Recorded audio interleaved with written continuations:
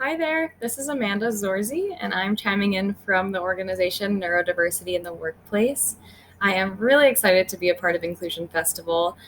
So, at my current company, Neurodiversity in the Workplace, we are neurodiversity hiring consultants. And in this workshop, we're going to talk a lot about the neurodiversity movement and where it's going within the workplace and within employment. But I'm actually a board certified music therapist by trade. So, the mission of Inclusion Festival is so close to my heart. I truly believe in the power of music and the connection that it brings to all of us. So I'm really excited to be a part of the festival for that reason. And I'm so happy that it is continuing virtually. I know that there's a little bit of back and forth that won't happen because of that. So I would love if after the presentation, if you wanted to reach out to me and chat or have any questions, that is so welcome. I'd love to talk with you all. So I will leave my contact information at the end for sure. And so, yeah, we'll jump right in. This might be a little bit of a pivot from some of the other more arts-focused workshops that are involved, because we're going to talk mostly about employment in the workplace. And we'll also just talk about being in a neurodiverse group and leveraging perspectives when there's productivity involved. So any kind of group that might be, but it is workplace focused. So I hope that applies and will be relevant for you. And I am going to hit present, and I believe that my face will go away. So I'm sorry about that. Couldn't quite figure out that technology piece, but you'll hear me throughout. So here we go.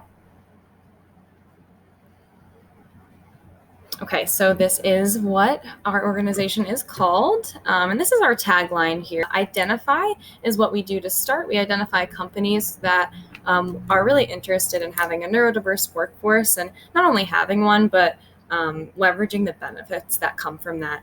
And we also identify candidates that want to participate in an altered interview process, which we'll jump into later. We then prepare everyone involved, so candidates for the workplace, as well as managers, talent acquisition folks, people in HR, about inclusive practices and how to support ongoing. So we provide all different supports ongoing, mentors, job coaches, and things like that on every end, just because we want to make sure that everyone's supported. But we'll again jump into the process a little bit more when we talk about the interviews. So here are just some of our company partners. As you can see, a lot of our partners are in the STEM fields. We do a lot of work in tech, in finance, and fields similar to that. So here's our agenda for the workshop. We're going to define neurodiversity, go into our model a bit, talk about embracing different neurotypes in a group and on a team, and then just go into some more practical tips for inclusive teamwork.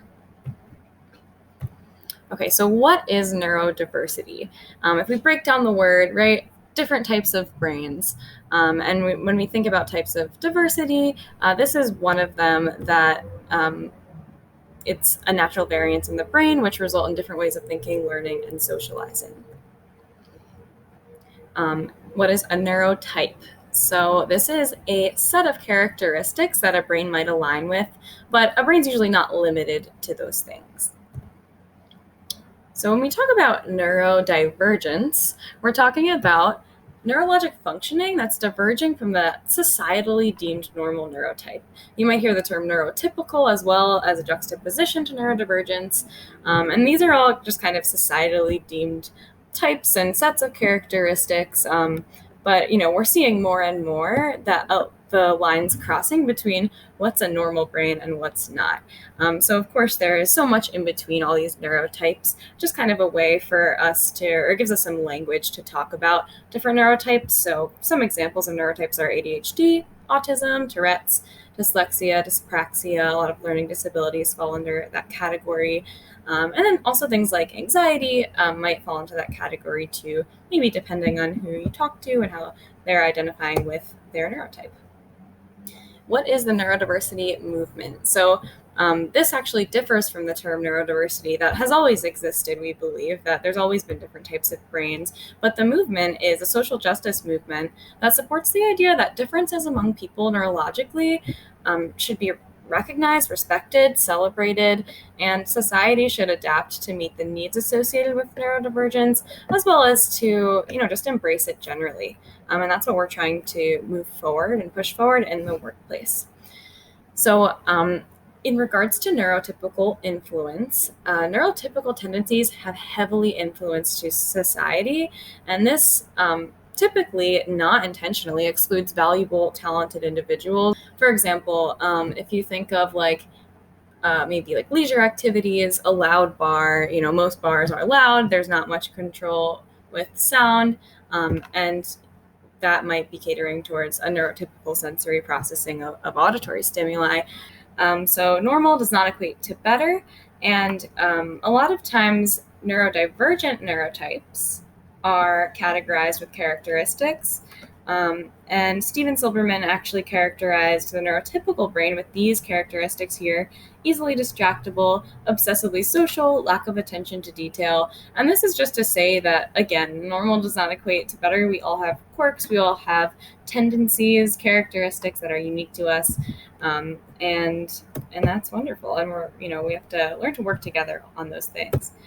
So this is our model.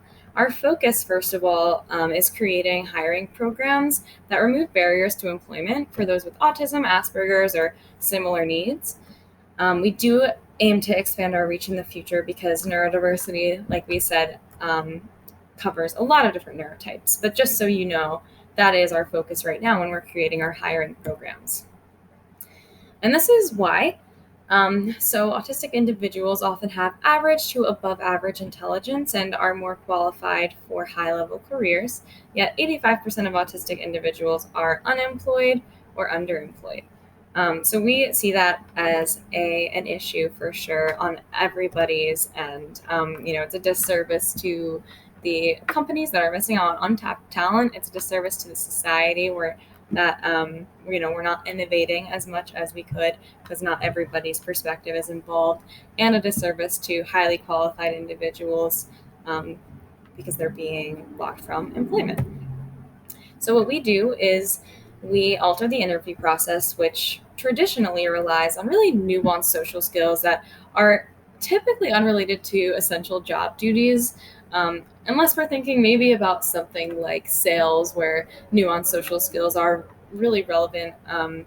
But if we think about other jobs, like say a data entry job or a software engineering job, nuanced social skills really aren't a part of that. However, that is a huge piece of the hiring process. So we work towards skill-based hiring, and we do that through a technical project. So our technical project aligns directly with the requirements of the identified open positions. So a project displaying Excel skills or attention to detail for an entry level or a data entry position. Almost said entry level. But that would be an example of how we might align the project requirements to the job requirements. So participants in our programs complete the project, and they're able to showcase their skills directly to hiring managers by presenting the project work. So instead of a typical interview process where you might describe your skills or say, well, I'm intermediate at Excel, which maybe isn't as descriptive. In this case, they would just show their Excel work. So these are some reasons why we found it pretty successful. The style of the project is more accessible for candidates with divergent communication styles because, again, showing work instead of explaining it. It's also a more accurate depiction of work performance and collaboration style. And then the third point here is that it provides actually more data points to hiring managers on candidates. So not only is it more accurate data, but it's more data in general because hiring managers get to see people work over a long period of time. Our projects usually last over days in groups, virtually, independently. People will have usually the solution is group focused, but everybody will kind of have tasks within the group, just like you would at work. So hiring managers get to kind of see how somebody performs in a more organic work style. So that's why we've seen success. And now we're going to shift gears a little bit and talk about embracing different neurotypes in environments like this. So let's first talk about the prevalence of neurodivergence. The CDC's estimate is 1 in 54 people have autism, and that is one of the largest minority groups in the world. We also see 7.2% of people worldwide identify with ADHD, and also 10% of the population qualifies as having a learning disability. So if you kind of mesh all those numbers together, statistically speaking, your current team or your current group that you work on, or even any kind of community group that you're part of, is neurodiverse. That's just kind of who we are as people. So let's talk about you, and I'm going to give everyone just a moment with these questions. So when you're in a team or group, what unique perspective do you bring? So are you the one that can see all the way down the line and you're so excited about the end result, you can kind of see the solution already working? Or are you the person that, can see the next step and exactly what needs to happen to move forward, and all kind of those pieces in between now and the solution? Are you somebody that's really motivating for others? Are you somebody that motivates people to brainstorm? Are you great at attention to detail and keeping things really accurate? Are you really great at remembering certain facts? Are you great at a certain topic and that everybody always goes to you for? So those are a lot of examples, but I'll give you a moment. You could jot it down if you feel you would like to. What unique perspective do you bring to teams or groups?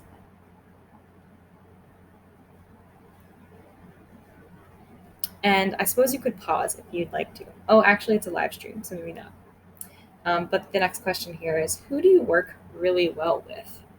And take a moment. This can be somebody that you worked with at school, at a project. It could be somebody you work with at your job, somebody in a community group, or even in your family.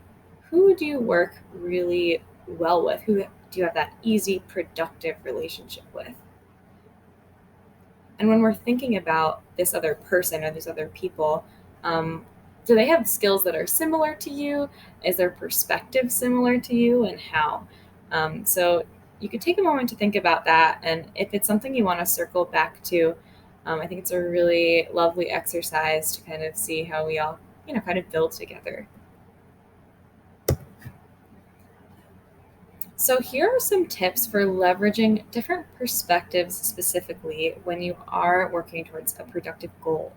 So first, you want to make sure your goals are the same and establish them. So they should be shared goals and visions. Also, just kind of like we were doing in this last exercise, considering the skill sets of everybody involved. It's totally okay if you're on a team or in a situation like this to ask someone else, what do you feel really good at? Or I actually had a colleague ask me yesterday, like, what topics do you hate presenting on? So I was able to be like, usually someone might ask me what topics I do like presenting on. So it was an interesting exercise to think, what don't I want to present?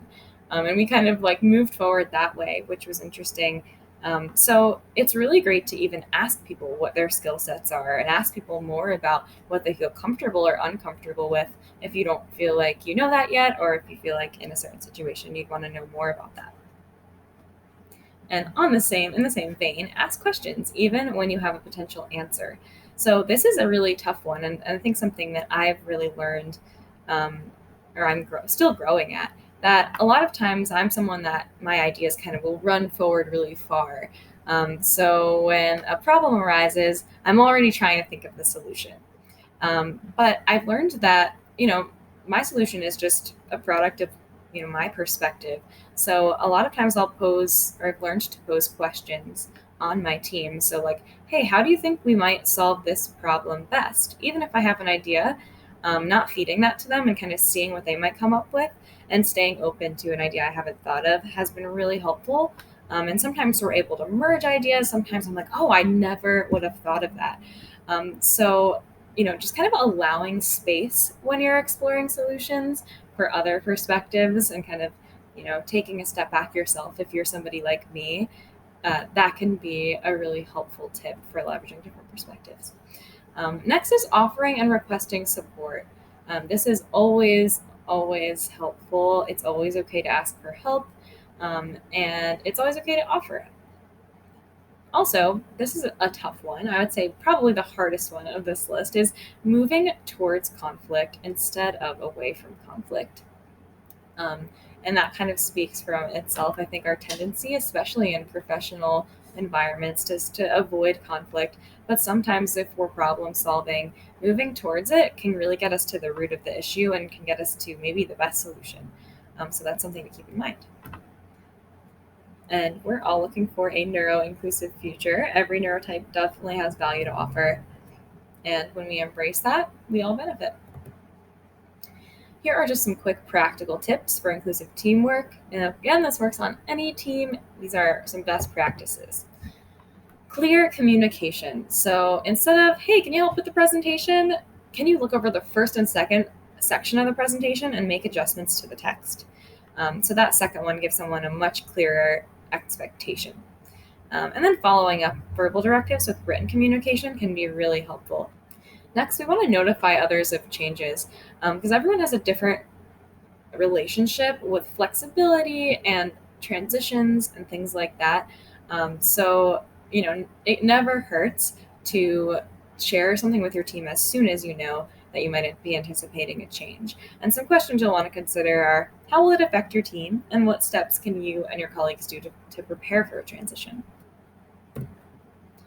Another thing is this is especially when a new colleague might enter or a new teammate.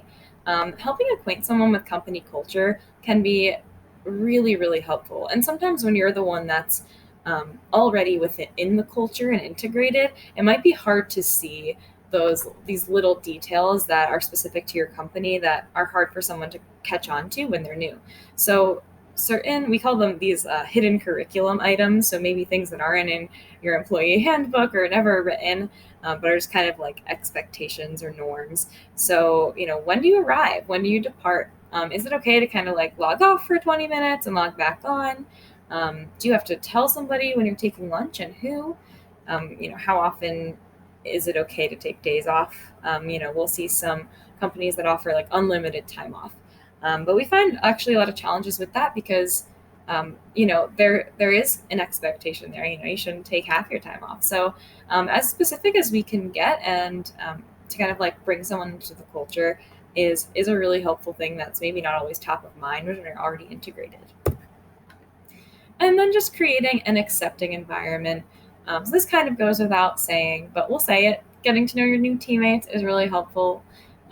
If you have diversity trainings available to you, utilizing those opportunities, staying up to date on what's happening in the disability community, and showing openness and appreciation for each of your colleagues' unique perspectives, strengths, and contributions, just as we were talking about before. And this is just a lovely quote from Emma Zurcher-Long that showing kindness towards those who are different and embracing our imperfections as proof of our humanness is the remedy for fear.